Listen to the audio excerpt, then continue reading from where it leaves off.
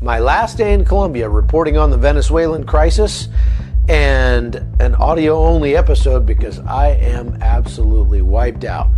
Coming up on The Hot Zone. This is The Hot Zone. Engaging with the news in a whole new way, international war correspondent Chuck Holton brings insight into areas of crisis and lets you help those affected. Hey folks, this is going to be a short but sweet episode because I am absolutely just dead. And you know, I don't think it's really so much physically that I'm exhausted. I think what it is that I'm just emotionally wrecked. I didn't work very hard today. I drove a lot. I went back up along the route where the migrants are walking from Cucuta all the way to, well, in most cases Bogota, but some people I talked to today said they were walking all the way to Peru, which is 30-something days walking. And I mean, this is massive. This is a massive undertaking. Imagine saying you're going to walk from Wisconsin to the tip of Florida or something, with basically a book bag, you know, like a knapsack, not a full backpack.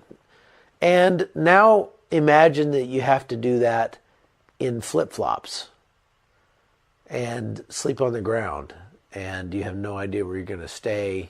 And you're doing it without any money, so you're pretty much dependent on the generosity of strangers the entire way. And pretend that you have a 2-year-old that's walking with you that you have to take care of. That's basically what these people are facing. And I guess the reason I'm so wiped out is because I just spent all day with these people. I actually went out and walked with them for a while, some of them. Stopped and talked to many of them. Heard the same story over and over again. People said we're starving to death in Venezuela and we just have to do something else. This is not about economic migration per se. I mean, yes, they're poor, and in Venezuela they're even poorer, but they're not migrating to find a better job. They're migrating to keep from starving to death. And I think that there's a real distinction there when it comes to the people that are migrating to Bogota from Venezuela, as opposed to the migrant caravan going out of San Pedro Sula, Honduras, all the way up to the United States. Now, you know, there's kind of a moral dimension to this when it comes to how do you help these people, because was said before, I'm kind of on record saying with the caravan going to the United States, I'm not about to help one of these guys get one step closer to the U.S., so I'm not going to pick them up and I'm not going to drive them on their way. I'm not going to do things to support them. But at the same time, if somebody's, bleeding or about to die of hypothermia or something, I'm a human being, and my humanity says you have to do something about that. I tried to make the distinction between what the government should do and what people should do. So I understand those churches in Mexico that feed the people coming through and help them on their way. But at the same time, I would say that you're not necessarily doing the most loving thing by encouraging that sort of migration. And the reason I say that is because what you're encouraging people to do is to sin by breaking the law. And you're encouraging them to sort of embrace a false hope in many cases, because those people were sold on the idea they'd be able to leave San Pedro Sula, easily get to the U.S. border, and cross with very little problem and get into the U.S. and have the American dream. Again, they're pulled by factors in the U.S. That make it desirable for them, and they're pushed by factors in their own country that make their neighborhood undesirable. So if I'm a church and I'm saying, how do I help these people? Well, feeding them and sending them on their way might not be the best way to do that, because especially if you're not going to be there for them if they change their minds and turn back around and come back the other direction. That kind of says that you're assisting them or you're facilitating bad choices on their part. Now, you could make that argument, I suppose, for the people that are migrating out of Venezuela and north to Bogota, except for the fact that, A, like I said, this is about survival, not about economic opportunity necessarily. B, the Venezuelans that I talk to all intend to go back the minute that Maduro is no longer in power and his cronies. They want to go back to Venezuela. They want to live in Venezuela. The reason they're leaving is because their children are dying of starvation. That's a little bit different than saying, I'm going to leave Honduras because of whatever and go to the United States. Most of those people don't ever plan on going back to Honduras.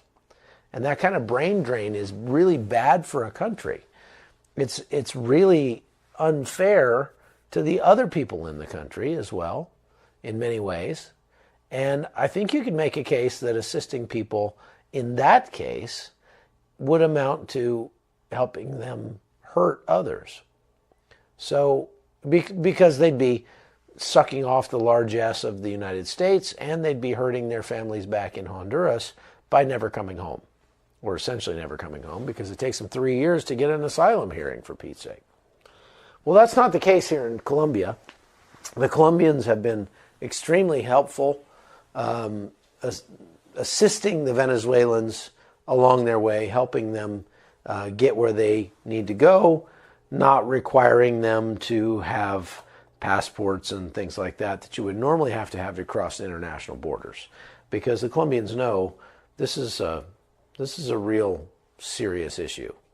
So good on the Colombians for being nice to the Venezuelans. And there are lots of aid organizations that are also here helping, everybody from the International Organization for Migration out of the UN, which is not necessarily a organization that I'm for, to the Red Cross and Samaritan's Purse, and I was out all day with Operation Blessing. Now, Operation Blessing is the philanthropic arm of the Christian Broadcasting Network, and they have a pretty big budget. I'm told they're the 8th largest charity in the United States.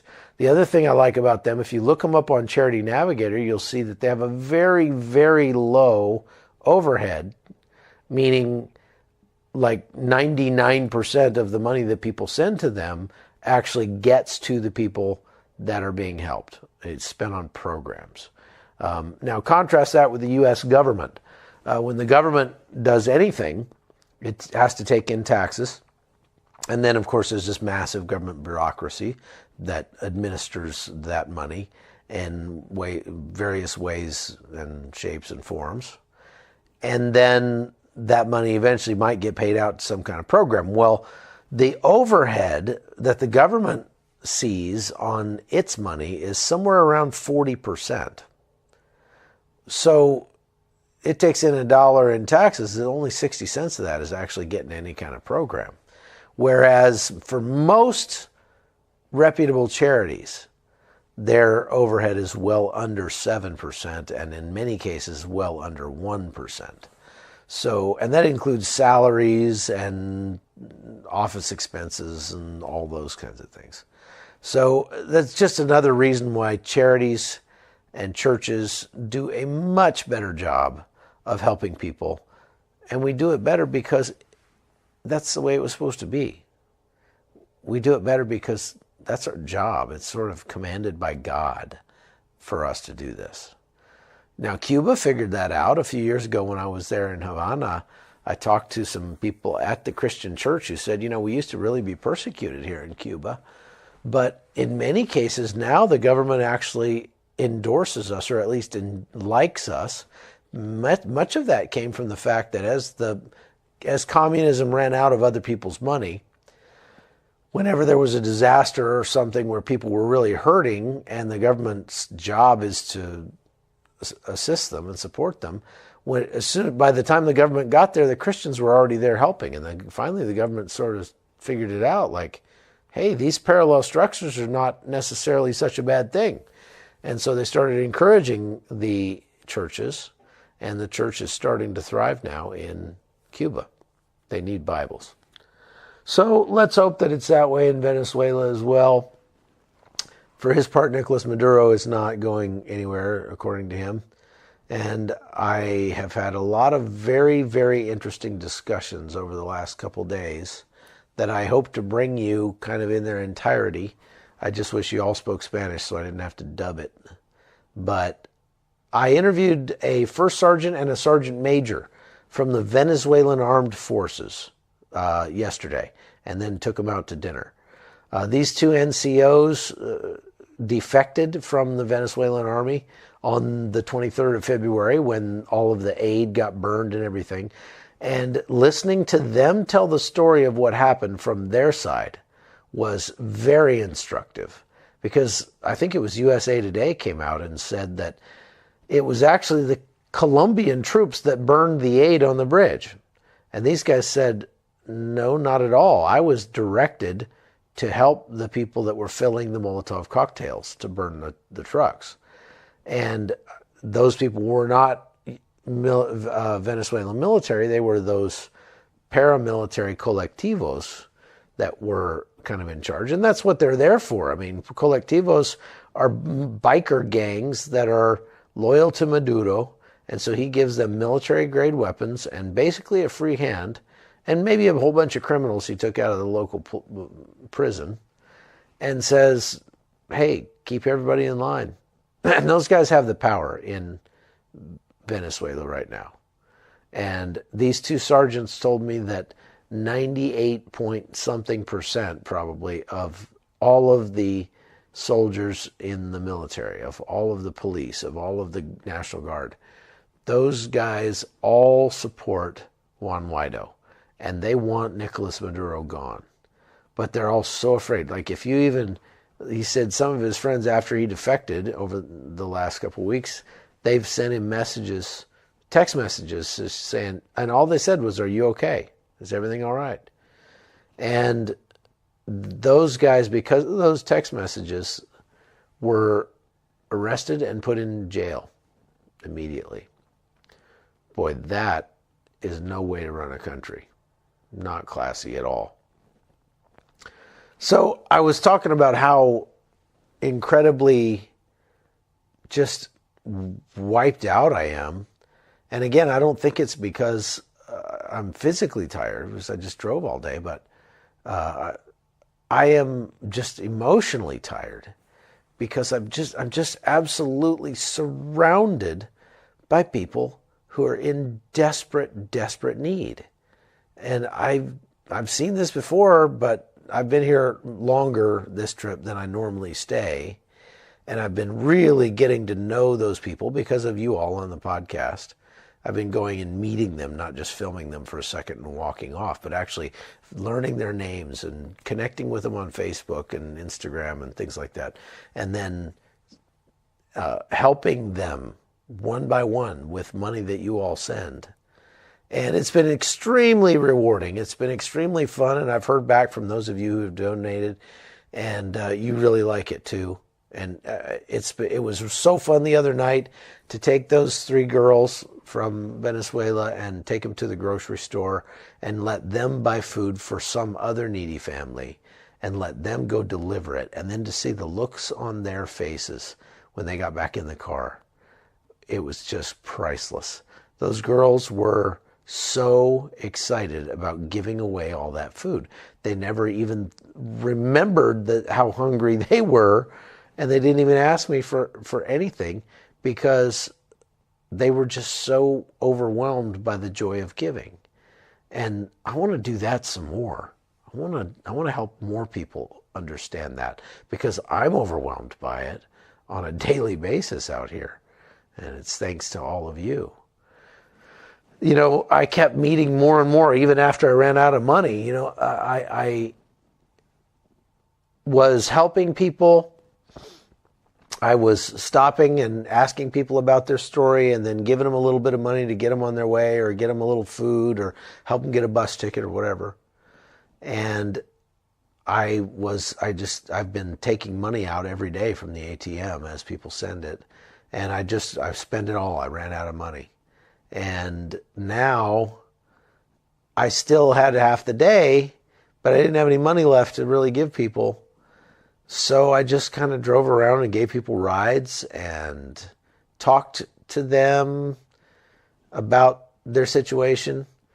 And then I just prayed with people all day long. Just prayed and prayed and prayed. And that's good for my soul, and it really does help me feel like I'm doing something positive for them. And I know that I am. I'm not just feeling it. It's true. That is the most I can do, is pray for somebody.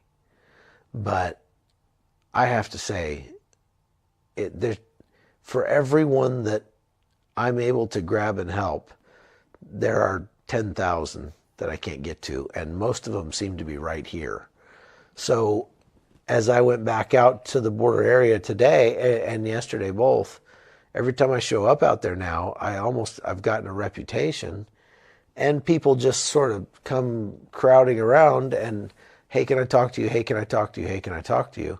And it's like, hey, I need this, I need that, I need a little money, I need whatever. And I don't blame them. I would certainly not have any shame if my kids were going hungry, and I would sell my hair or my arm or whatever I had to do to care for my children. So I don't blame them or judge them for that, but I do get hounded. I mean, I show up. I actually quit going to one family because it was the family with the 9 children. Because the last time I showed up out there, they got in a big fight with each other about who got the aid that I had purchased. And I didn't like that at all. You know, those people yelling at each other, no, you got it last time, I get it this time. That selfishness just does not sit well with me at all. So I quit going out there to those people. I'm still going to try to help them to get Operation Blessing to help them. And I met some others as well over the last couple of days. I'm going to try to do that with. But so that's what's happened on this trip, kind of in a nutshell. If I don't go to bed in the next 30 seconds, I'm just going to keel over on the floor. I'm so tired. So I'm sorry I didn't get a video podcast out. I wanted to get something out for you. I do have a lot of good stuff. One of the reasons I haven't been able to do the video part is because I just have not had time, because I've been so busy recording videos that I haven't had time to edit them and put them out. So over the next week, I will be putting out some of those interviews and things like that I got. And stay tuned to CBN too, because I'll post all those, but I'm also making packages for CBN. So I hope you all have a good night. Thank you for supporting the podcast. If you'd like to support us, you can go to HoltoCW. There's no N in there. HOLTOCW @gmail.com. Or you can go to patreon.com/hotzone and subscribe that way. That's a big favor to me. And I love giving out all that money. I love knowing that I've got a little bit of money going down there from people to just give out as I see fit. That's makes it very streamlined and easy on this end, at least. So thank you to those supporters. And there are some prizes and bonuses and little premiums that you get when you subscribe. Copies of my books, copies of Venezuelan money. I brought this trip, I ended up with probably 5 pounds of Venezuelan money. It's about a foot tall stack of bills. And I'm not sure why I kind of went crazy and bought all those bills, but I just had the opportunity to do it. And I have some ideas for sort of things I can do creatively with those bills. And so I bought a ton of those things. So pray for me as I'm going through customs, probably as you're listening to this, because I'm not sure what they're going to think when they x-ray my bag and see massive amounts of currency in there. And then I'm going to have to try to explain that, no, that's actually defunct currency. It's no good. So I hope they don't take it away from me, because I really want to do something with it. And if you want some, go subscribe to the podcast and donate some money. Those who donate to help others get helped as well. So thanks again. I'm Chuck Holton, and this is The Hot Zone.